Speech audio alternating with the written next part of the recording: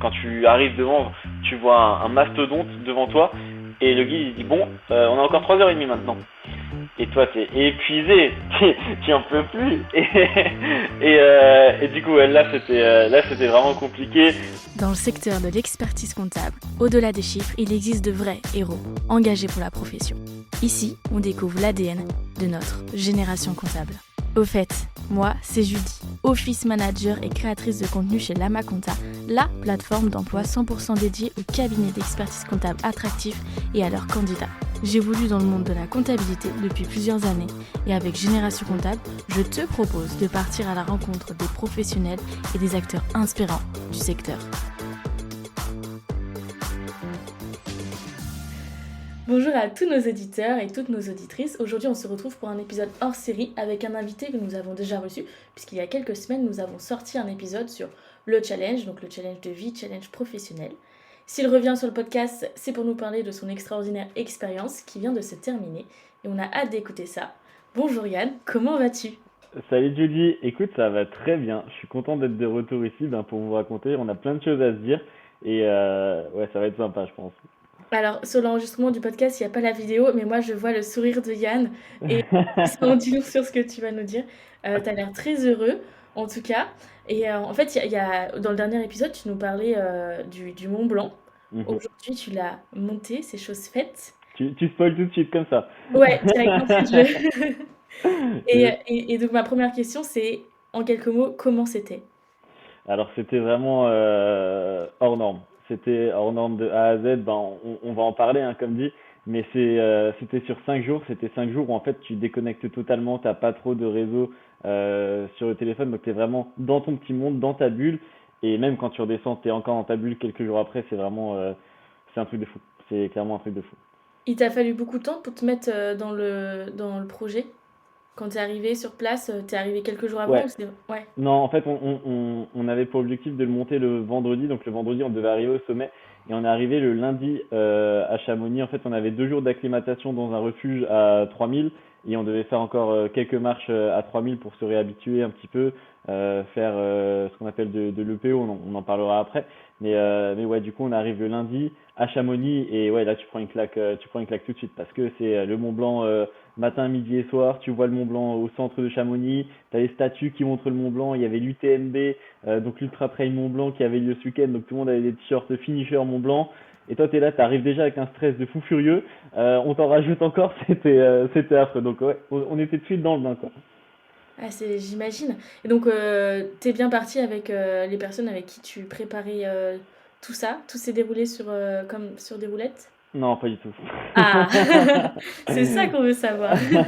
Pas du tout, ça serait trop beau. Bon, je sais pas trop, on n'a pas encore défini le plan du podcast, mais du coup, je vais pas tout spoil. Mais en fait, comme dit, on avait 2 jours de prépa avec le guide et avec Olivier, un de mes meilleurs amis, avec qui j'ai fait toute la prépa. Et en fait, du coup, il a eu un gros couac dont je peux pas trop parler, en fait, la veille du Mont Blanc.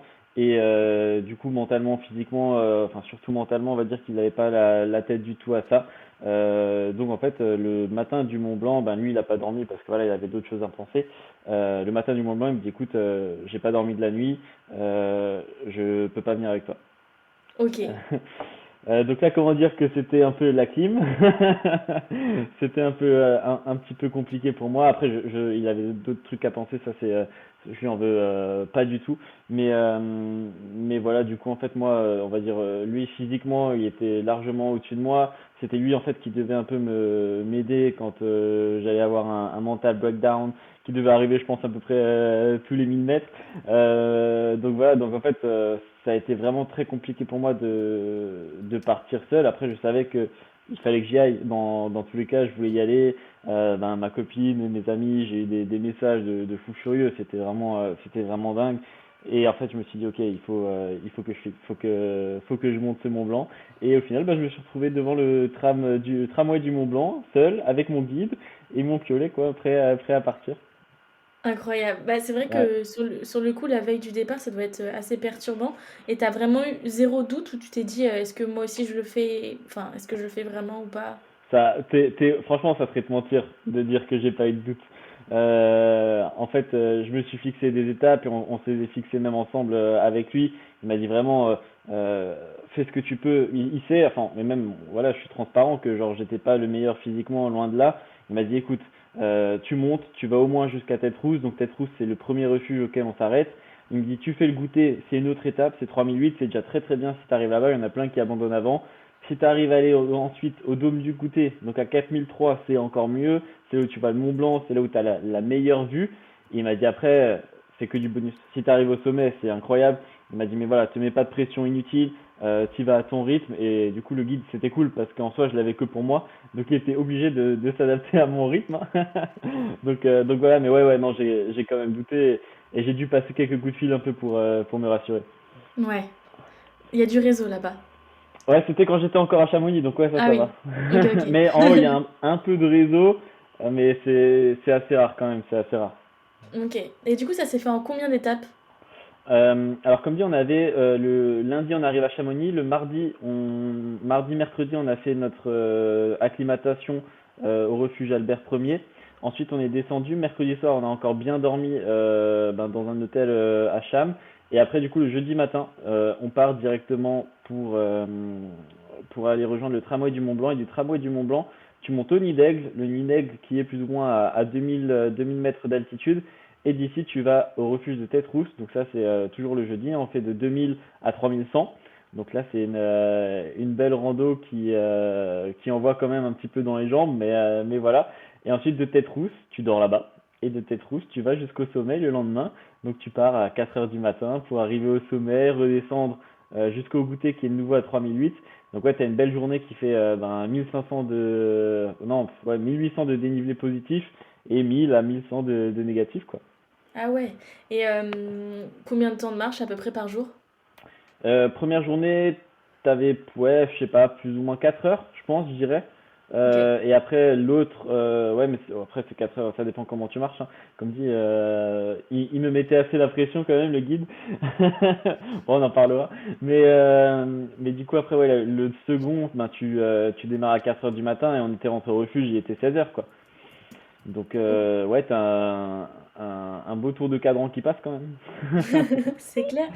Et par rapport à tout ce que tu avais mis en place avant, toute la prépa physique, Ouais, ouais. tu penses que tu aurais pu faire mieux ou t'étais, enfin, ça, c'était ce que t'attendais? En fait, avec tous les à côté que j'ai eu, donc on en a parlé, comme dit, le deck, des événements perso, enfin le boulot, plein de choses. Je sais que j'aurais peut-être eu du temps pour encore faire de la prépa, que ce soit de la physique, mentale, ça allait. Mais je pense que j'aurais pu arriver mieux préparé, ça c'est sûr. Euh, mais en fait, je l'ai fait. J'ai appelé quelqu'un justement qui voulait le faire, avec qui on a beaucoup discuté. Et je lui ai dit vraiment, le Grand Paradis que j'avais fait sur 2 jours, tu sais, en mai en Italie, ça m'a énormément aidé parce que j'étais déjà prêt à un effort comme ça de 2 jours assez long. Et encore une fois, la nuit en refuge m'a beaucoup aidé aussi à un peu appréhender comment ça se passe, comment tu dors. Et ça m'a permis d'arriver au Mont Blanc détendu sur ces points-là, qui peuvent être stressants pour certains. J'ai discuté avec certains, ils étaient perdus au refuge, ils savaient pas trop comment ça fonctionnait. Ah, quoi, on doit dormir à 19h30, c'est bizarre. Ah, on va se lever à 4h. En vrai, sans être méchant et sans me jeter des fleurs, quand tu arrives au premier refuge, tu vois qu'il y a à boire et à manger en client. Il y a vraiment des gens qui arrivent, je vais pas dire en crocs, mais qui arrivent vraiment tranquilles pour faire le Mont Blanc. Et toi, tu arrives, c'est préparé à 300%, enfin voilà, à mon niveau, et tu stresses. Et tu as des personnes qui arrivent tellement tranquillement pour faire ça que ouais, tu relativises un petit peu. Et tu te dis, ok, ben après, ça se trouve, ils ont des appétences particulières et des compétences de fou, hein. Mais honnêtement, je pense que non. Et tu nous avais dit justement quand tu étais allé en Italie, enfin ton expérience de 2 jours en Italie, que tu pensais avant de faire le Mont Blanc que ça allait bien te préparer parce que au lieu de faire le nombre de kilomètres prévus, vous en avez fait Ouais, plus, vous ouais, aviez commencé par descendre pour ensuite remonter, ouais. totalement, enfin du coup ouais, Ouais, c'était un peu. en phase avec ce que là t'as vu, mais trop bien. Ouais, Euh, Tu nous as parlé de mental breakdown. T'en as vécu beaucoup pendant ouais. l'épreuve? Ouais. Ouais, beaucoup, ça dépend ce que tu appelles beaucoup. Mais Bah, En fait, le premier, c'est comme dit, quand tu pars du tramway du Mont Blanc, en fait, le tramway du Mont Blanc, ça part de Saint-Gervais, donc c'est la base. Et en fait, c'est un tramway qui dure 1 heure. C'est un chouchou qui est un peu, voilà, qui c'est à l'ancienne. Et en fait, pendant 1 heure, tu as vu sur le Mont Blanc. Pendant 1 heure, tu vois le Mont Blanc, tu vois ton refuge du goûter qui est un mur au-dessus, et tu te dis, ok, je vais devoir monter tout ça. Et en fait, pendant 1 heure, tu es seul, ben, du coup j'étais seul, tu as le temps de refaire le monde, mais horrible. Et une fois que tu sors et que tu commences à marcher, ça passe. Mais ça c'était un peu compliqué. Et après, ouais, il y a eu un moment compliqué où à Tête Rousse, donc c'est le premier refuge, on arrive et en fait on a appris au refuge que ben, tu sais, il y a un passage qui est un peu compliqué, c'est le passage du goûter, où il y a des pierres en fait qui tombent et toi tu dois passer par là dans tous les cas et il faut vraiment espérer que tu aies pas de pierre qui te tombe dessus parce que tu peux mourir de ça quoi. C'est Ouais. vraiment, ouais, c'est à loterie vraiment. Il y a plus de chances que tu arrives sans souci, mais il peut y arriver qu'il y ait des pierres qui tombent. Et on arrive au refuge et genre ambiance je sais pas, ambiance bizarre, je sais pas. Et en fait, il y a un guide, je sais pas, 4 heures avant peut-être ou 3 heures avant, qui s'est pris des pierres et qui est décédé. Ah ouais. C'était dans le journal après. Enfin, moi j'étais un petit peu sur le cul. Et pareil, du coup, bah après j'en profite. J'avais une petite fenêtre de réseau. J'appelle ma copine. Et pendant que j'appelle ma copine, il y a un gars qui a appelé aussi, je pense, un de ses proches. Et il était au bord du précipice, ouais, sur des cailloux. Mais en fait, les cailloux ils sont tombés. Et du coup, lui il est tombé avec. Mais il est tombé, heureusement pas sur le crâne. Il est tombé peut-être, je sais pas, de 4-5 mètres, je pouvais pas dire parce que c'était tellement loin et puis en refuge j'étais en crocs donc j'avais pas envie en crocs d'aller voir où il était et t'as tous les guides qui se sont affairés qui eux sont sortis en crocs qui ont ramené des cordes et en fait ils l'ont encordé pour le remonter Waouh.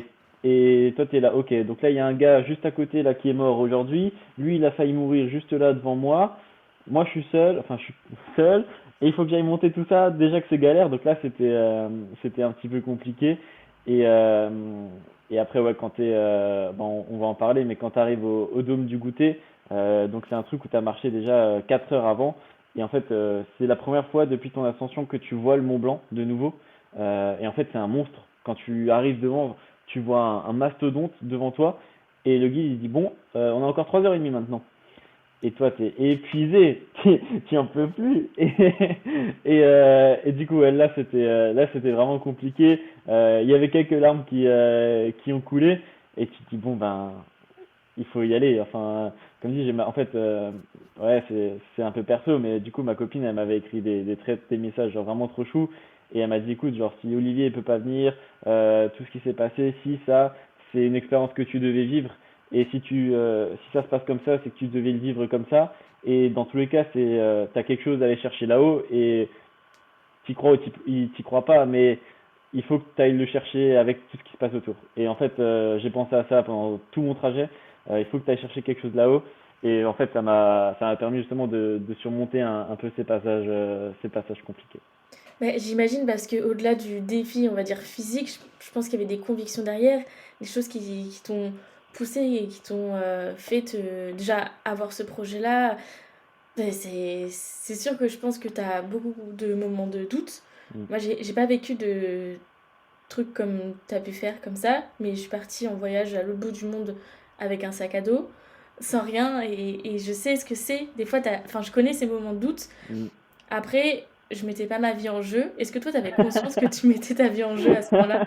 Ouais, alors oui et non. En fait, comme dit, le premier jour, oui, parce que t'es fatigué déjà un peu de la prépa que t'as fait 2, 3 jours avant, mais ça va. Et en fait, le deuxième jour, par contre, ben, en refuge, tu dors mal, tu sais. En fait, moi, j'ai pris des cachets pour m'aider à dormir, et j'arrivais tellement pas à dormir que j'en ai pris deux.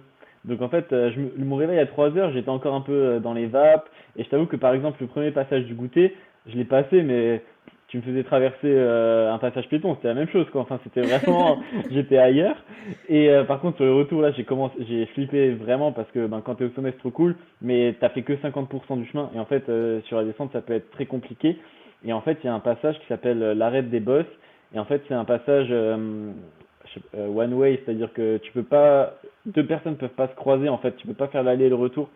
Et du coup, nous on est arrivé à ce passage et clairement, l'arrêt des bosses, Si tu tombes à gauche, tu meurs. Si tu tombes à droite, tu meurs. Si tu tombes derrière, ben, tu as une chance sur deux d'aller à gauche ou à droite, donc tu meurs. Mhm. Et en fait, il y a juste si tu tombes en avant ou tu arrives dans, c'est pas une vallée, mais genre un endroit où il y a assez de neige pour que tout se passe bien. Et là, avec le guide, ben, on monte et tu sais, t'as l'altitude, donc t'es un peu, tu montes doucement et tout. Et là, je lève les yeux, enfin, tu regardes un petit peu aux alentours et je vois un gars en haut, seul. Et en fait, en alpinisme, il faut jamais être seul, sauf si vraiment t'es un fou furieux, donc peut-être qu'il était très très fort, hein, je sais pas. Et en fait, il dévisse, c'est-à-dire que ses crampons, ils se prennent dans sa guêtre, ou je sais pas exactement ce qu'il a fait, et cet idiot, il tombe. Désolé pour l'idiot, mais ça m'a... Il tombe, et en fait, le bordel doit se passer peut-être en 5 secondes. Mais tu sais, quand t'as des moments comme ça dans ta vie, t'as l'impression que ça dure 3 minutes, Une le truc. éternité, oui. Et du coup, par chance, il tombe devant. Et en fait, là, il commence à crier. Alors, c'était pas un Français, je pense que c'était un Hollandais ou quelque chose comme ça. Il commence à crier en hollandais, mais peu importe, il crie. Et en fait, du coup, ça te glace le sang. Et quand tu commences à voir la chute, tu vois pas s'il y a quelque chose en bas ou pas. Et là, tu le vois tomber et tu dis, ça y est, genre, je vois un gars qui décède juste devant moi, quoi. Et heureusement, par chance, du coup, il a dû faire, je sais pas, 50 mètres de chute sur son sac. Il avait pas de piolet, il avait rien, il a pas réussi à se rattraper. Mais il est tombé dans la vallée. Et mon guide, il était fou.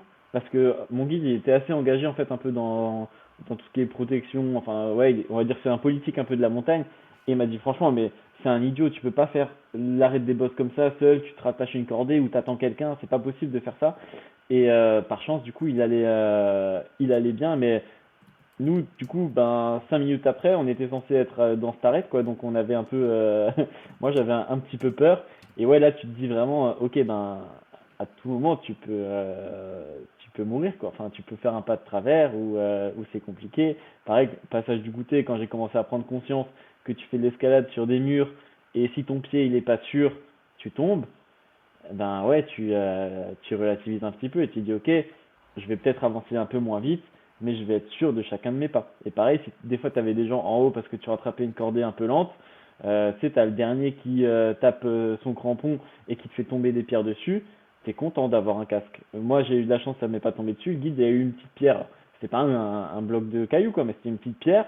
Mais une pierre qui tombe de, je sais pas, 15 mètres, bah, tu la sens plus, tu la sens bien, quoi. Donc, ouais, la montagne, il faut faire vraiment attention. C'est quand même vraiment dangereux. Et ouais, ça, je m'en suis rendu compte, pas tout de suite. Mais après, ouais, sans souci. Et avec ton guide, du coup, ça s'est bien passé? Ouais, ouais, ouais, ouais. Comme dit, ben, je t'avais dit, mais je l'avais déjà vu à Grenoble, donc je savais qui il était. On avait déjà un peu échangé ensemble.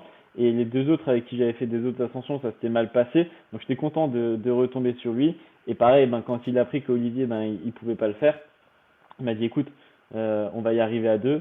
Je vais m'adapter à ton rythme, mais je vais t'emmener en haut.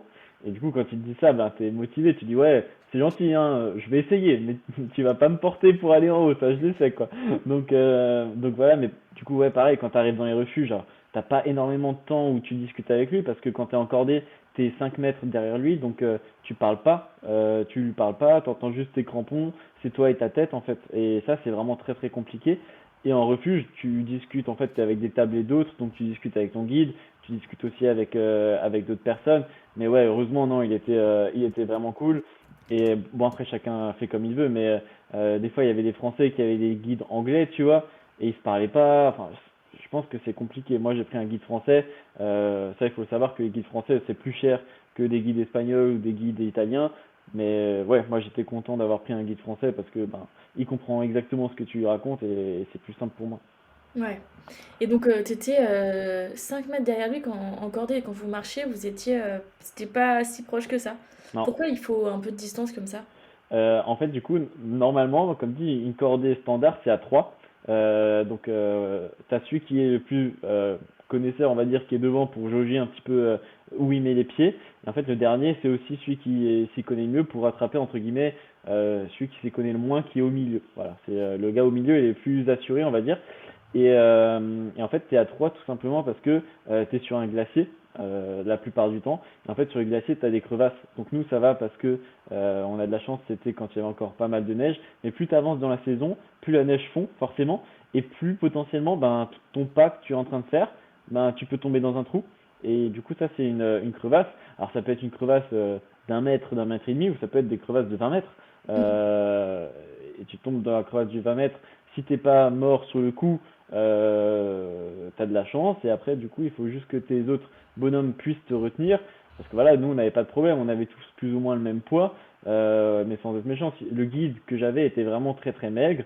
Mais du coup, si moi je faisais un poids plus conséquent pendant le passage du goûter et que moi je tombais, je pense pas qu'il arrivait à me retenir.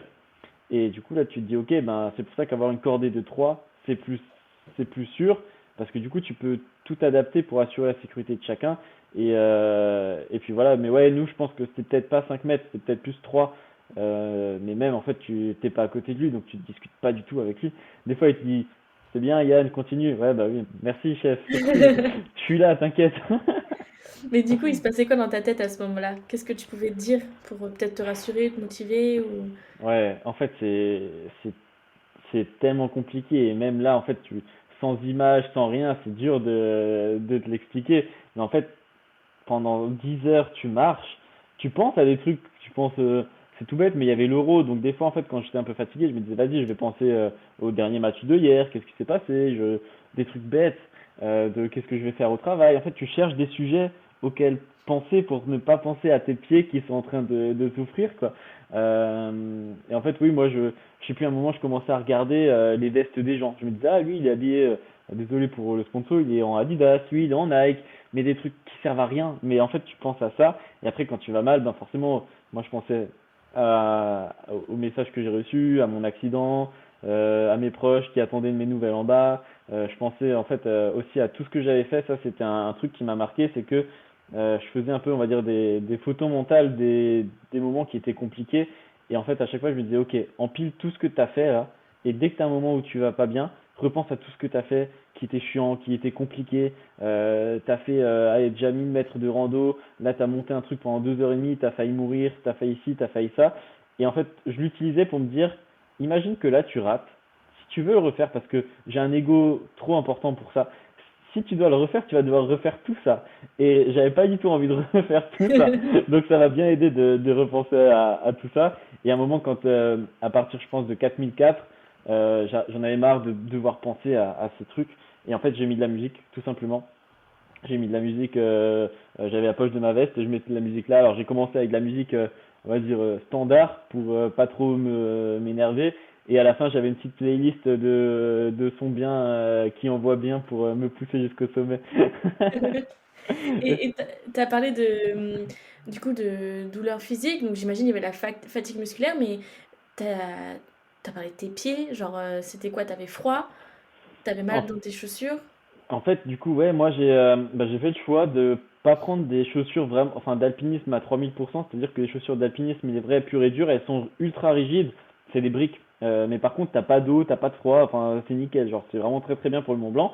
Et en fait, au Grand Paradis, j'avais déjà ces chaussures et moi je suis bien dedans parce qu'elles sont semi-rigides, c'est-à-dire qu'au niveau du mollet, pas du mollet, La de la malléole? cheville, ouais, c'est ça, ben t'es assez flex et t'es libre de tes mouvements et elles sont pas trop trop dures. Et en fait, j'ai fait le choix de partir avec celle-là. Et en fait, le guide il te dit si tu commences à avoir froid à un moment, il faut le dire. Parce que tu peux avoir, normalement tes pieds peuvent, voilà, tu peux avoir les coupés parce que tu as des engelures. Enfin, voilà, ça arrive pas non plus du jour au lendemain, mais ça peut arriver. Et à partir de 4002, j'ai commencé à sentir mes pieds un peu froids. Ok. Mais du coup, moi, je l'ai pas dit. Je lui ai dit, ok, c'est pas grave. Je voulais monter en haut. J'avais pas envie qu'il me dise, ah ben, ok, ben on redescend. Non, non, j'ai rien dit. Je suis monté. Mais ouais, du coup, j'avais froid aux pieds. En fait, c'était surtout en fait, t'as ton crampon parce que du coup, t'es en crampon allez, de 2500 jusqu'au sommet. T'es en crampon et ton crampon, il va vraiment venir serrer ta chaussure pour éviter ben, justement que tu dévisses comme le type dont je t'ai parlé avant.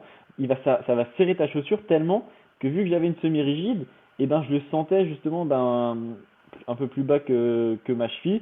Et ben même maintenant j'ai encore mal à cet endroit parce que ça serrait tellement fort ouais que c'était même trop fort.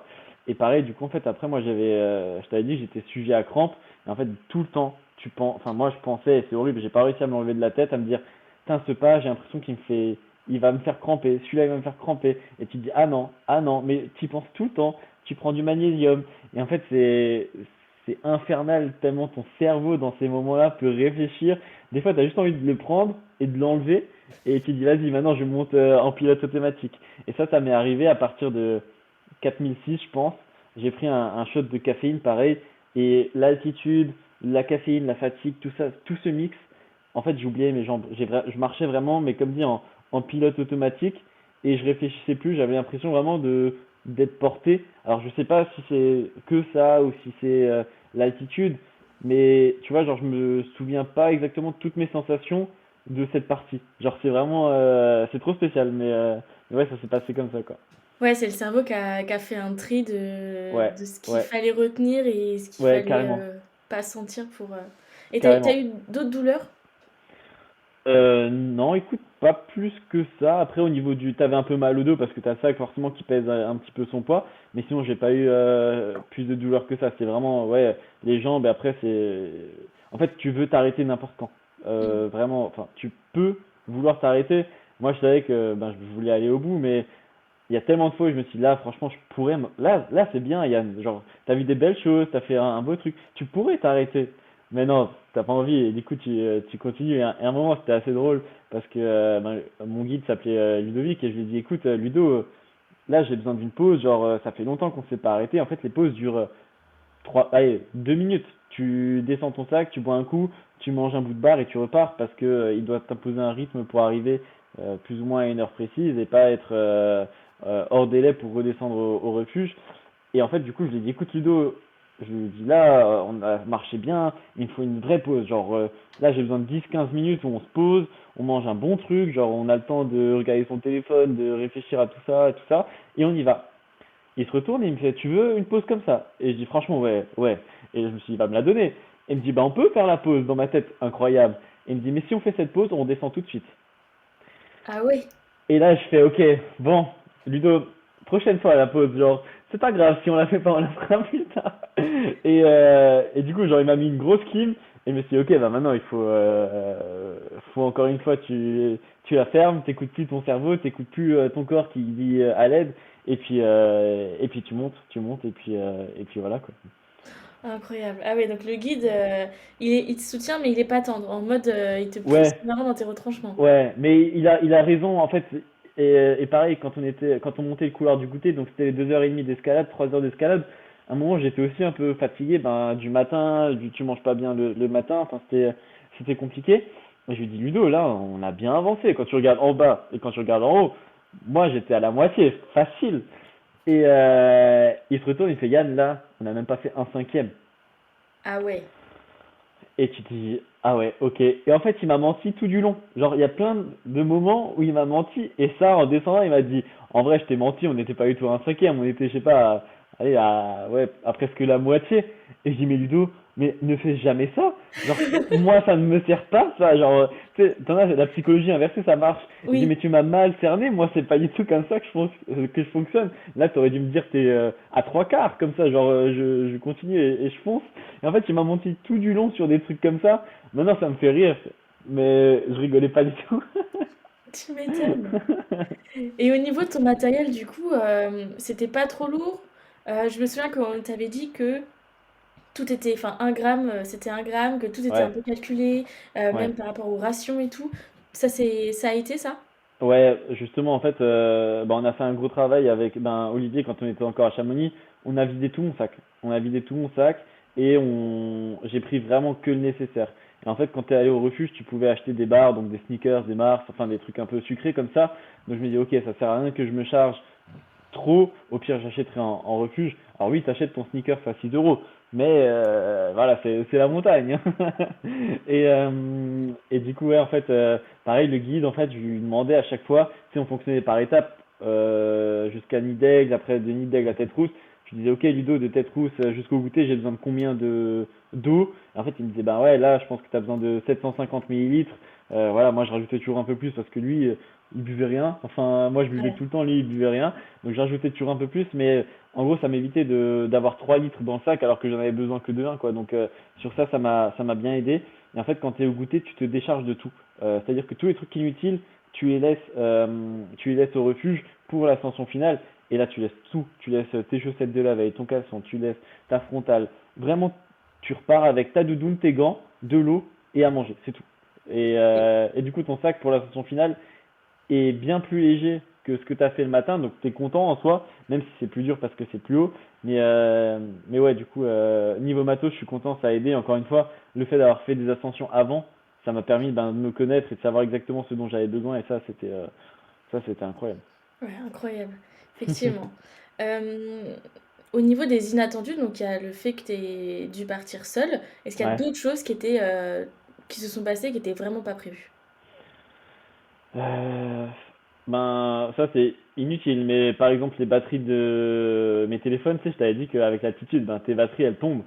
J'arrive au sommet, enfin déjà j'arrive au goûter, le passage du goûter, je voulais le filmer avec ma GoPro, et en fait ma GoPro, genre, tu sais, je l'avais au niveau du torse, et du coup tu peux pas, genre j'appuie sur un bouton pour commencer, je rappuie pour le réteindre, et elle s'éteint directement après.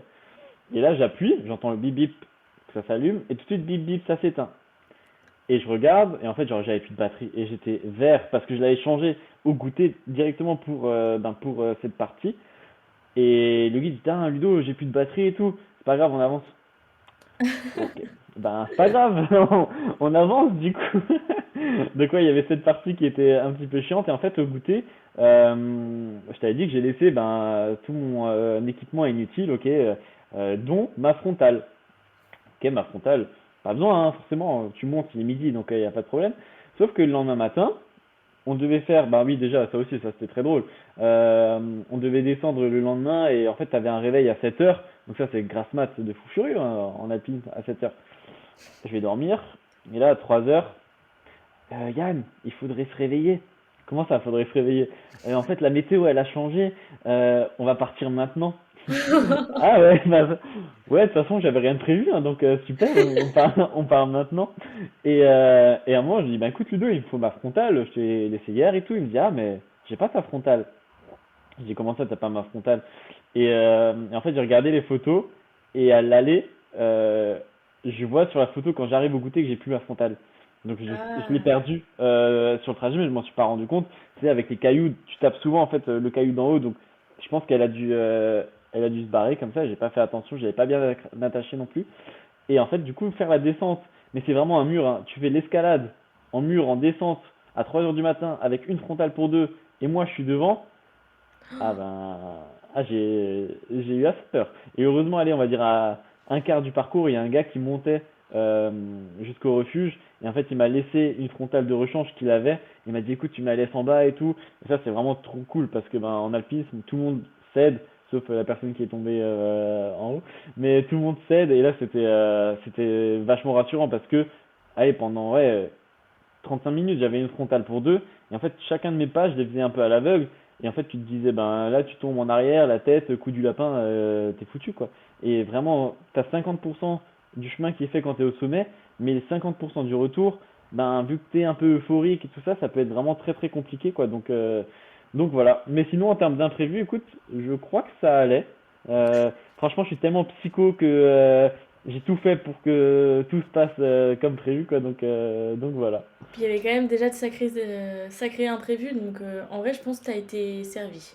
Ouais, non, ouais, c'est vrai que oui, en fait, tu relativises maintenant que c'est derrière, tu relativises, mais c'est vrai que Oui. quand tu le vis, t'es en mode, putain, pourquoi ça m'arrive à moi, pourquoi le gars il tombe devant moi, pourquoi ci, pourquoi ça. Mais là, c'est vrai que 2 semaines après, tu relativises et tu prends ça un peu à la rigolade, mais ouais, c'est vrai que j'étais pas content sur le moment. Tu m'étonnes. Et toi, finalement, qu'est-ce que ça t'a apporté tout ça, là, avec du recul? Et ben, ça m'a donné une grande leçon sur moi-même. Genre, vraiment, en fait, comme dit, j'en avais parlé avec quelqu'un qui a fait le Mont Blanc il y a pas si longtemps. Euh, Quand tu es au sommet, t'as tellement de choses qui te passent dans la tête. T'as tellement de choses qui te passent dans la tête. T'es tellement, enfin, moi, j'étais tellement fier de moi. Tu penses à tes proches, tu penses ben, à tes proches qui malheureusement sont plus là. Tu penses à ton accident. Et en fait, tu te dis, ok, regarde tout ce qu'il y a autour, tout est plus petit que toi. En Europe, t'as fait un truc de fou furieux. Même quand je le raconte à mes amis, ils sont là, trop cool. Mais tu peux pas t'en rendre compte. Et là, comme dit, j'ai fait un autre podcast avec des amis qui ont fait le Mont Blanc. Et en fait, on aurait pu parler pendant 24 heures non-stop, tellement on a partagé ben, les mêmes choses, les mêmes souvenirs. Et ouais, c'est vraiment une expérience hors du commun. Et comme dit, l'avoir réussi seul, même si j'aurais préféré qu'il soit avec moi, ça m'a encore plus forgé. Et mentalement, ça a été incroyable. Et comme dit, quand tu redescends, en fait, tu redescends en bas et le lendemain, t'es là, en fait, t'es dans la ville comme tout le monde à Chamonix et tu regardes tout le monde en mode, moi j'ai fait le Mont Blanc, mais personne le sait. Et en fait, faut vraiment le garder comme une victoire personnelle, tu vois. Forcément, moi je suis sur les réseaux, donc je l'ai posté sur les réseaux, mais c'est pas pour me montrer, c'est juste parce que voilà, je devais le faire aussi. Mais c'est vraiment une victoire personnelle et il faut se dire que voilà, moi mon objectif c'était le Mont Blanc. Toi peut-être que ton objectif, je dis n'importe quoi, c'est un marathon. Chacun a ses objectifs et chacun doit avoir ben, ses victoires personnelles et ça doit les aider dans leur vie au quotidien. Et moi, vraiment, ça m'a. Ouais, maintenant c'est bon, je pense que j'ai plus rien à faire pour me prouver que malgré mon accident, eh ben, je peux réussir des belles choses, quoi. Donc voilà, je suis fier de moi et ouais, c'est ça un peu la leçon que j'ai envie de retenir de tout ça. Bah, en tout cas, félicitations parce que c'est Merci vraiment un beaucoup. truc de dingue. Est-ce que tu aurais un message à faire passer à ceux qui voudraient se lancer dans cette aventure-là? Ouais, ben ceux qui veulent le faire, et il y a peut-être une vidéo de quelqu'un qui va sortir dans pas très longtemps. Je spoil pas, mais du coup ouais, faut bien se préparer, vraiment se préparer en amont, même si vous avez une très bonne condition physique. Ben comme dit là, j'avais vu quelqu'un qui faisait des marathons et des trucs comme ça. Et en fait l'altitude, ben il a mal réagi à l'altitude, du coup il est resté au refus du goûter. 3008, tu peux rien faire. Donc voilà, si ça se trouve, tu as des personnes qui réagissent mal et qui pourront jamais le faire, entre guillemets. Donc allez vous tester sur d'autres sommets, des plus petits sommets qui coûtent surtout moins d'argent que le Mont Blanc. Mais voilà, faut se dire que moi j'ai réussi à le faire. Si vous vous donnez les moyens et que vous arrivez à supporter l'altitude et que la météo est avec vous également, voilà, je pense que c'est à la portée de pas mal de monde. C'est sûr qu'il faut avoir certains facteurs qui sont avec vous.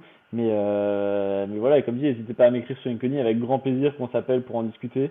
Voilà, je l'ai déjà fait cette semaine, c'était assez cool. Mais voilà, vraiment, je le conseille à tout le monde. Tous ceux qui veulent se dépasser et qui ont un peu envie de faire de l'alpinisme, c'est une expérience hors du commun, c'est fou et c'est vraiment humain, comme dit. Tu fais des rencontres de fous dans les refuges, tout le monde s'entraide, tout le monde t'encourage, un petit mot quand tu arrives vers le sommet et qu'eux ils redescendent. Ils te mentent aussi en te disant, allez, on y est bientôt. On n'y est pas du tout bientôt, mais ouais, c'est une aventure humaine qui est vraiment à faire. Et à titre informatif, au niveau du budget pour ce défi-là, Ouais, ça coûte combien? alors en fait, ça va dépendre de ce que tu as déjà en équipement, de ce que tu veux aussi, ben, même comme vêtements ou des choses comme ça. Enfin, en soi, il y a un trailer de l'extrême qui a fait le Mont Blanc en 4h30, tu vois. Il l'a fait en short t-shirt, forcément. Ah ouais. Ouais, voilà. Bah, moi, tu sais, enfin, rien que tes chaussures de rando, ça va coûter 200 balles, des vrais. Ah, tu peux tout louer, mais en fait, tu vas le louer sur 5 jours. Ça va te revenir quasiment au même que si tu l'achetais. Et en fait, ben, les amis avec qui on a discuté, eux ils ont loué et la chaussure était pas du tout faite à son pied, donc il y a eu des ampoules dès le deuxième jour, enfin l'horreur. Donc on va dire ouais, des chaussures de rando c'est 200 balles, une bonne veste pour l'Alpi ça va être 150, le guide ça va être entre 2005 et 3000, donc c'est possible de trouver moins cher dans tous les cas, mais ouais je pense que si tu veux faire le Mont Blanc bien te préparer, c'est un ticket à 4, ouais, je pense à Ouais. 4000 euros si tu veux faire des sommets avant pour être vraiment, Oui. vraiment ok. Et voilà, parce que même les nuits en refuge, tu t'en sors à 250 balles pour deux, quoi. Et c'est dans des dortoirs, donc ouais, c'est un beau budget malheureusement, mais après ça préserve aussi la nature, ça limite, en fait, t'es limité maintenant au nombre de personnes qui montent le Mont Blanc chaque année. Donc en soi, c'est triste pour ceux qui ont pas trop les moyens, mais pour la nature c'est aussi bien parce que ça permet un peu d'éviter la surpopulation qu'ils ont pu connaître il y a 3 ans, je crois qu'ils ont commencé à mettre ça en place. D'accord. Eh ben, écoute, merci pour toutes ces infos. Pas de On souci. va changer de sujet, sauf si tu as encore des choses à rajouter là-dessus, mais je pense que comme tu disais, c'est tellement une expérience à vivre que Ouais, tu dois avoir, enfin, tu peux alimenter la conversation longtemps. ouais, c'est sûr. Voilà, on en discutera une autre fois. Et donc là, prochainement, enfin en tout cas, tu l'as annoncé sur les réseaux sociaux, pour le congrès, tu t'es lancé un nouveau défi avec d'autres personnes. Est-ce que tu peux nous en parler? Ouais, alors en fait c'est une histoire toute bête. Moi je fais partie de l'annexe Alsace, donc l'annexe c'est les étudiants en comptabilité, c'est une association, comme dit on va les aider, ben, tous les étudiants DCG, DSCG, DEC à avoir leur diplôme, donc voilà c'est une asso assez cool, donc il y a ça dans toutes les régions de la France. Donc moi je suis dans la région Alsace et en fait autour d'une table, quand on a fait une réunion, on discutait un petit peu du congrès ben, qui est à Marseille cette année et on se disait écoutez, à quel moment, enfin, vous allez comment au congrès? Est-ce que vous y allez? Est-ce que vous y allez pas? Et là, il y a quelqu'un qui a dit bêtement, ah, moi j'y vais en vélo. Mais vraiment pour rire. Vraiment pour rire. Alors, on avait peut-être bu un apéritif avant, je sais plus. Mais c'était vraiment pour rire. Et en fait, il y a eu trois regards qui se sont croisés. Et on s'est dit, ça pourrait être grave drôle de faire ça à vélo. Et en fait, du coup, on s'est motivé à faire ça, à regarder un petit peu est-ce que c'est réalisable parce qu'on sait pas du tout tu sais, comment ça marche, on n'a pas de connaissance de la route, enfin voilà, on est tous un petit peu on fait tous du sport, mais voilà, c'est un beau trajet. Et au final, ouais, c'est plus de 1000 kilomètres à vélo qu'on a choisi de faire en 10 jours. Et en fait, pour donner du sens un peu à cette aventure, on avait choisi de la faire en partenariat avec l'association Rêve. Donc l'association Rêve, c'est une asso qui va aider les enfants qui sont malades, euh, gravement malades, à réaliser leurs rêves. Ouais, voilà, ça va dépendre de chaque enfant. Et du coup, nous, on est tombé sur Lilia, donc c'est une enfant de 7 ans. On n'a pas encore eu la chance de la rencontrer, ça devrait arriver. De 7 ans qui est assez gravement malade et qui, elle, son rêve, c'est de rencontrer Angèle, et donc la chanteuse, de voir un de ses concerts. Donc voilà, c'est vraiment c'est super mignon. Et en fait, nous, forcément, bêtement, peut-être, on se disait, ben, c'est cool, mais voir Angèle en concert, ça coûte, sans être méchant, ça va coûter 60 euros. Voilà, genre, c'est rien. Et en fait, après, du coup, on a appelé l'association Rêve et ils nous ont dit, ouais, mais il faut prévoir ben, le transport médicalisé de la petite, le transport de ses parents, l'hôtel médicalisé aussi pour elle, l'hôtel pour ses parents, le soignant, enfin, énormément de choses. Donc, c'est un beau ticket au final. Et du coup, voilà, on a trouvé un sponsor qui nous suit aussi dans cette aventure. Et puis voilà, ça c'est prévu pour le congrès, ça va être bien sympa. Incroyable. C'est hyper rigolo comment c'est né en fait ce projet. C'est vraiment, Ouais. je vois totalement de quel type de regard tu parles. Genre, tu croises le regard de ton pote et tu dis, oh, dinguerie. Allez, genre, viens, on fait. C'est exactement ça, exactement ça. Et donc là, vous avez déjà prévu vos étapes ou c'est Ouais, Ok. non, non, tout est prévu et bon, c'est en cours encore de finalisation, comme dit en fait. Mm. Vu que j'avais le DEC, le Mont Blanc, j'avais pas mal de choses à faire et les autres collègues qui vont faire le parcours avec moi, ils avaient aussi pas mal, période fiscale, hein, on avait pas mal de trucs à faire. Donc là, on est en train de vraiment tout finaliser et si jamais on a déjà sur nos profils LinkedIn, on a le lien vers notre Strava. Donc sur notre Strava, en fait, tu peux retrouver toutes les étapes qu'on va faire. Et en fait, on invite toutes les personnes qui veulent faire une étape avec nous ou un bout d'étape avec nous à nous rejoindre. Et on a aussi ouvert une cagnotte en fait, qui est libre pour si les personnes veulent aider justement cette petite à réaliser son rêve. Et par exemple, tu vois, une personne qui va faire un trajet avec nous, on va peut-être lui demander, je sais pas, de verser 10 euros sur la cagnotte histoire de faire un geste. Voilà, mais on veut vraiment que ce soit une aventure la plus humaine possible. Comme dit le but, alors voilà, le Mont Blanc, c'était pas non plus le but, c'était pas de me mettre en avant, mais c'était de montrer qu'on pouvait réussir à faire des choses. Cette aventure, on veut vraiment pas se mettre en avant du tout. On veut vraiment la faire pour cette petite, pour l'aider à réaliser son rêve. Et encore une fois, pour montrer que dans la profession, on travaille tous beaucoup, mais on peut réussir à s'organiser, voilà, avec des acteurs de la profession pour réaliser ouais, des projets qui ont un vrai sens. Et c'est vraiment ce qu'on a envie de faire pour ce congrès. Et donc, tu pars avec qui? Alors, je pars avec Benoît. Benoît, c'est un de mes meilleurs amis également, euh, que je connais depuis, je crois que ça doit faire 8 ans que je le connais.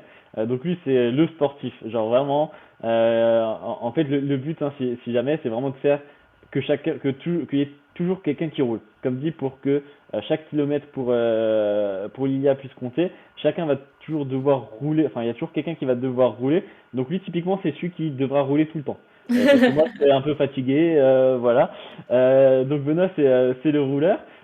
Ensuite, il y a Nathan qui est aussi très investi dans les instances, qui va nous suivre. Et puis Victor, qui lui aussi est très très sportif. Il fait du vélo, genre aussi à haut niveau, mais lui, il a deux trois obligations pro durant le parcours, donc il pourra pas être là toujours. Mais lui, il va aussi rouler pas mal. Et puis moi, forcément, ils m'ont appelé le maillot à poids de l'équipe. Donc maillot à poids, c'est celui qui monte Le les sommets. grimpeur. Alors ouais, c'est grimpeur. Alors ils sont gentils, mais j'ai assez donné. Moi, je serai là vraiment. Je vais faire vraiment de mon mieux, hein. Encore une fois, vu que c'est caritatif, je vais toujours me surpasser. Mais 1000 kilomètres, je pense que ça va être assez intense. En fait, on s'en rend pas compte. Mais du coup, on a déjà commencé l'entraînement à vélo. Par exemple, là, je fais des allers-retours au travail en vélo. C'est 26 bornes aller, 26 bornes retour. Mais chaque journée, on a prévu de faire entre ouais, 80 et 120 bornes. Donc c'est encore autre chose. Mais comme dit, le but c'est qu'il y ait toujours quelqu'un qui roule, qui vente, qui pleuve, qui fasse beau. Euh, mais voilà. Et on a aussi du coup Jean-Michel. Jean-Michel, lui, c'est un peu notre SAV du groupe. C'est-à-dire que lui, ben, il va, en fait, t'es obligé, enfin, on est obligé d'avoir tu sais, une voiture un peu Ouais. comme au Tour de France, une voiture qui gère, ben, qui a des pneus de rechange, une voiture qui a nos affaires aussi pour toute la journée, parce que voilà, on veut pas pouvoir, enfin, on va pas rouler avec un sac à dos de 15 litres, hein, parce qu'il y a le congrès au bout. Au congrès, je pense pas qu'on va y aller en cycliste, ça va être moyen. Donc voilà, Jean-Mi, c'est celui qui va gérer, on va dire, toute la partie organisationnelle, donc que ce soit, voilà, gérer les pépins avec les vélos, faire les allers-retours au D4, s'il manque une rustine, s'il manque ci, s'il manque ça. Mais voilà, donc on est une belle équipe de 5 et ça va être sympa. Et justement, notre partenaire qui fait l'aventure avec nous, ils nous ont aussi mis des personnes qui vont rouler avec nous, ben, comme au Tour de France, tu sais, pour faire en fait, pour nous ouvrir la route et nous on va se mettre dans leur roue tranquillement à pédaler. Bon, Ah, ça mais ils le savent pas génial. encore, mais c'est le projet. Ouais, d'accord. Ah, mais trop bien. Et donc vous avez dû, enfin pour les vélos, vous avez dû acheter du matériel ou il y a des assos qui vous en prêtent ou des clubs? Ouais, alors en fait on a regardé avec les clubs, mais c'est compliqué vu qu'on va ben, jusqu'à Marseille de Strasbourg. En fait, il y a Hmm. beaucoup de trucs qui permettent de louer à Strasbourg même, mais tu sais, c'est genre des trucs pour 2 jours, pour 3 jours, c'est Ouais. des vélos, c'est pas des vélos de route. Et les clubs, pareil, en fait, ben vu que c'est l'été, ben souvent c'est leur saison forte, donc voilà, ils étaient pas trop prêts à nous les prêter. Donc ouais, encore une fois, c'est caritatif, mais on va dire qu'un vélo. Nous, on a participé au financement. Ben, le vélo, tu vas toujours le garder. Enfin, le but, c'est que voilà, tu le gardes pas. Enfin, que tu le gardes. Et au pire du pire, si vraiment il y a des soucis financiers, ben, tu les revends derrière. Mais voilà, on va dire que l'autre grande partie de l'aventure a été financée par notre partenaire. Donc en soi, on va dire un petit sacrifice pour vivre une aventure comme ça. Le vélo, il coûte pas non plus des masses. Hein, il coûte 700 euros, quoi. Donc voilà, tu vends ton ancien, tu le vends 300 euros et après tu achètes un nouveau. Voilà, c'est un Ouais. peu notre financement de l'aventure. Ok. Et au niveau dénivelé positif et négatif, vous êtes à combien? Alors, je pourrais plus te le dire, mais pas grand-chose, parce qu'en fait, Ok. on a choisi d'augmenter le tracé pour suivre les fleuves. C'est-à-dire que nous, en Alsace, bon, on a le Rhin. Le Rhin, il va se jeter. Alors, je suis nul, hein, peut-être pas, c'est le Rhin, mais voilà. Après, il y a le Rhône, donc on va suivre le Rhin, le Rhône. Et en fait, vu que tu suis le fleuve, ben t'as pas trop de dénivelé. Il y a juste à la fin où on doit lâcher le fleuve. Et au niveau de d'Aix-Marseille, il y a pas mal de dénivelé. Alors, je sais pas, en fait, je sais pas du tout combien ça représente, si c'est beaucoup ou pas pour un cycliste, mais là, il y en a un petit peu. Donc, je pense que c'est une étape que je vais suivre depuis la voiture. Mais, mais voilà, non, en vrai, normalement, ça va. C'est plus de l'endurance musculaire, encore une fois. Mais non, ouais, ça va être trop bien. Non, mais trop chouette. Et donc là, ce sera peut-être plus facile à documenter vu que normalement, il n'y aura Ouais, pas de souci de batterie et qu'il y aura la ouais. voiture qui va vous suivre. Ouais, c'est ça, c'est clairement ça. Après, tu vois, par exemple, ben, vu que je suis un peu présent sur TikTok, on est encore en train de réfléchir un peu à qu'est-ce qu'on va faire, parce qu'on va avoir le Strava qui va être en direct tout le temps pour qu'une personne, je sais pas, quand on va traverser Lyon, une personne qui est à Lyon, elle puisse suivre, ok, là, ils vont être plus ou moins à cette heure-ci à Lyon. Donc déjà, tu as le Strava qui va tourner, désolé pour la pub, mais du coup, c'est le truc officiel. Tu as le Oui, truc oui. qui va tourner en boucle en arrière-plan, donc ça va bouffer de la batterie. Et moi, j'avais pensé aussi à faire un direct sur TikTok, alors peut-être pas tout le long de l'étape, mais ça va aussi prendre de la batterie. Voilà, mais ouais, ça va être quand même plus simple. Et comme dit, on aura 5 téléphones, quoi, donc au pire, 5 plus les autres personnes qui vont nous suivre, donc ça devrait être sympa. Incroyable. Et niveau prépa, Ouais. parce que du coup, on est bien, tu t'es préparé longtemps à l'avance, ça c'était un projet qui est né quand? Alors le projet, il est né, je pense, en décembre. Ah oui, quand même. Euh, Ok. ouais, quand même. Non, non, en décembre. Et après, ben, comme dit, on a dû monter le dossier un petit peu ben, pour les partenaires. Pareil, le dossier, enfin, on n'avait pas forcément prévu de le faire financer ou quoi. Et c'est ben, notre partenaire qui a eu écho de ce projet qui nous dit, attendez, mais nous, on soutient de fou ça, ça a l'air trop cool. Donc il est venu, donc on a monté tout un dossier. Et après, la prépa, ben, par exemple, Nathan qui court avec nous, lui, il est dans un appart à Strasbourg. Strasbourg, c'est cool, mais voilà, faire que de la ville en vélo, ça sert à rien. Donc lui, il a pris un home trainer. Donc, t'enlèves la roue arrière ou avant de ton vélo et puis tu pédales dans ta maison. Oui. Donc, voilà, il fait ça. Nous, avec Benoît, on est en Alsace un peu campagnard, donc on a plus de chance, on va faire du vélo le week-end. Mais pareil, du coup, je t'avoue que moi, je suis pas le plus préparé. Là, j'étais tellement focus Mont Blanc que le vélo, c'était pas encore. Mais là, il fait beau, je vais m'y mettre. Je vais y aller un peu plus souvent au travail. Et après, on a le 21 septembre, on a le prologue. Donc, c'est une semaine avant le départ officiel. Où on fait Strasbourg-Mulhouse. On s'est dit, on le fait une semaine avant ben, pour faire un petit événement à Strasbourg et être tranquille, pas dans le jus pour le grand départ. Donc voilà, ça va être vraiment. Je pense qu'on va déjà le faire une fois ou au moins aller jusqu'à Colmar pour se rendre compte de ce que c'est. Et, euh, et après, ma foi, ben, on va devoir y aller, hein. Et après, il faut se dire que pour les auditeurs ben, qui écoutent et qui ont jamais fait de vélo vraiment beaucoup, moi j'ai un vélo, on va dire, standard, pas un vélo, tu sais, les cyclistes autour de France, ils ont des vélos carbone Oui. qui sont ultra légers, hein, donc eux, ils vont à 50 km/h pendant 120 km. Moi, c'est pas possible. Et par exemple, pour aller au travail, pour y arriver sans être trop transpirant, j'ai 25 km, j'arrive à les faire plus ou moins en une heure. Donc voilà, faut se dire que 100 km par jour, c'est plus ou moins 4 heures, entre 4 et 5 heures de vélo sur du plat. Donc voilà, tu fais une heure, tu fais une pause, tu fais une heure, tu fais une pause. Potentiellement, sur le papier, ça peut être faisable. Ok. Eh ben. Et donc, arrivé au congrès, du coup, vous arrivez pas directement en vélo. Vous, comment dire, vous repassez par, je sais pas, la case hôtel, douche, sentir bon. Et Ouais, en fait, on a de la chance, on arrive la veille. Enfin, si tout se passe bien, on devrait arriver la veille du congrès. Donc, je sais plus, je crois que c'est le 8 et nous, on devait arriver, ou le 9 et on arrive le 8 ou inversement, peu importe. Mais voilà, donc on arrive la veille. Donc, on a une petite arrivée sympa, comme dit, avec notre partenaire, Histoire 2. On va faire deux, trois photos devant le Vélodrome à Marseille, forcément. Et après, non, au congrès, on arrivera frais et douché. Ça, je te le promets, t'inquiète. vous pourrez passer, venir nous voir sur notre stand Mais si oui, vous avec grand voulez. plaisir. On paiera un coup. Et juste pour revenir sur la condition physique, en soi, enfin, tu dis que t'as pas eu le temps de te préparer et tout, spécifiquement pour le vélo, mais en soi, avec tout ce que t'as dû préparer avant pour le Mont Ouais, Blanc, je pense que bah, le mental, il va être là et même ton corps est prêt à faire d'autres efforts assez intenses. je pense que oui, ça devrait faire. C'est pour ça que je le laisse pas dans un second plan, mais on va dire que je fais un peu moins attention, dans le sens où là, je sais que potentiellement, il y a enfin, il y a des remplaçants qui pourraient prendre ma place sur le vélo pendant, je sais pas, 15 bornes si je suis vraiment cuit. Au Mont Blanc, il y avait personne qui pouvait prendre ma place, donc ouais, c'était un peu plus compliqué.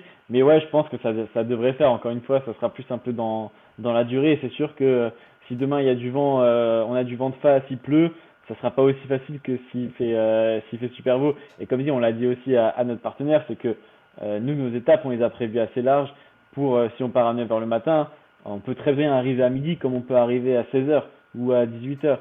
Donc voilà, si on roule à 30 km heure parce qu'on a des vélos qui sont meilleurs et qu'on est, on va dire, roue dans roue et qu'on peut avancer vite, c'est cool.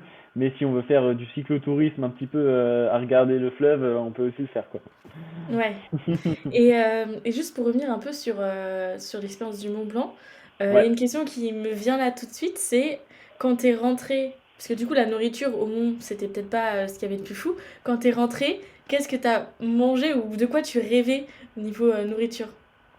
Attends, là-dessus. Ah oui, ok, c'est bon. J'étais en train de réfléchir à ce que j'avais mangé. Alors déjà, juste petite parenthèse, je suis descendu du sommet, en refuge, tu manges très très mal, hein. Je suis descendu du sommet, au refuge du goûter le soir, on avait croziflette. Incroyable. Donc c'est en gros une grosse raclette, enfin comme une Tarte. raclette pour ceux qui connaissent pas, voilà. Donc on avait ça avec dessert mousse au chocolat. Franchement, j'étais refait, donc ça m'a mis très très bien. Et en fait, avec l'attitude, le stress, tu manges pas trop trop. Ah là, on a dégommé, enfin j'ai dégommé le plat. J'en pouvais plus. J'ai mangé franchement jusqu'à. En plus, j'ai du coup pour bien dormir après. Et ensuite, quand on était descendu, bah, il y a ma copine n'était pas là tout de suite, donc moi j'ai dû me faire un repas tout seul. Moi, je suis nul en cuisine, hein. Donc j'ai fait pâte pesto, pesto rouge avec du gruyère à gogo. Ça m'a mis super bien. Et après, quand elle est rentrée, du coup, le soir, on est allé dans un restaurant de sushi où on adore aller. Et on a pris un bateau. mais un bateau presque pour quatre, quoi. Donc, ouais, là, je me suis dégommé le ventre. Et, ouais, c'était sympa. Ouais, après des efforts comme ça, t'as l'impression que tout est permis, alors que pas du tout. Mais bon, ça fait du bien au mental quand même. Mais bien sûr, tu as dû dépenser tellement de calories, enfin Et même, même pour le tu vois, être, enfin la dépense, mentale, c'est ouais, hyper, enfin ça dépense énormément de calories. Donc ouais, je pense que tu as dû creuser beaucoup dans les réserves et qu'il fallait, ouais. flouer tout ça, quoi. Je pense, ouais, je pense carrément. Non, là, elles sont bien remplies, c'est bon. Et en plus, avec l'été, Ça y est, l'été, les apéros, là, je suis prêt je peux partir demain pour le vélo. je viens de croire. Eh ben écoute, on arrive, à la fin du podcast. Est-ce que tu voudrais ajouter quelque chose, à tout ça? Ben, pas spécialement, comme dit, merci à tous ceux qui nous ont écoutés. Ben, merci d'être encore là. Et comme dit, si demain, ben, vous avez un rêve, un objectif ou quoi que ce soit, ben, c'est possible. Faut se donner les moyens, faut vraiment travailler pour. Mais voilà, comme dit, même après un gros pépin, vous pouvez réussir à faire des belles choses. Donc, croyez en vous et puis foncez. Et comme dit, il y a tellement de personnes qui m'ont dit que ça va pas être possible, ça va pas être possible. Au final, ça a été possible. Donc voilà, comme dit moi, on me dit toujours dream bigger, donc rêve plus grand. Voilà, c'est quelque chose que j'aime dire aussi aux gens. Donc rêvez plus grand et puis foncez dans vos projets. Et bah, en tout cas, encore une fois, bah, félicitations pour tout ça, c'est ouf. Merci Jody. Et c'est hyper enrichissant d'échanger sur ce genre de sujet et avec cet état d'esprit-là. Et après le vélo, il y a quoi? Il y a un autre projet encore ou petite pause et on verra? Il y a un projet mariage du coup. Ah oui, effectivement. C'est aussi, oh là là, le mental va jouer beaucoup.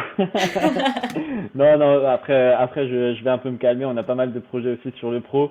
Mais je te dis ça là, je sais très bien que j'aurai autre chose. Donc, mais Oui, peut-être pas aussi gros. Mais en fait, moi, je me nourris de projets tout le temps. Donc voilà. Mais là, je pense que j'ai besoin. Bah, après Mont Blanc, j'ai besoin ouais, de me laisser un peu de temps vraiment pour digérer tout ça, pour me rendre compte de tout ce que j'ai fait. Je pense qu'après le vélo, après le congrès, ça va aussi être 15 jours assez intenses. Parce que du coup, nous, on a 10 jours de descente, 3 jours de congrès. Voilà, ça va aussi être un petit peu intense. Après, je pense que jusqu'au fait, j'aurai besoin oui. de me laisser tranquille un petit peu, quoi. Ouais, ça se comprend, ça se comprend. Et ben écoute, je te remercie pour cet échange, pour ce nouveau Merci à toi. podcast. On te souhaite, enfin en tout cas, je te souhaite bon courage pour ce grand tour en vélo. Ouais, On se verra sur le congrès dans tous les cas. ouais, Et avec puis, plaisir. bonne continuation pour la suite. Ouais, merci beaucoup, Judy, et puis bonne continuation à tous. Salut! Salut. Merci d'avoir écouté cet épisode de Génération Comptable et de contribuer avec nous au rayonnement de la profession.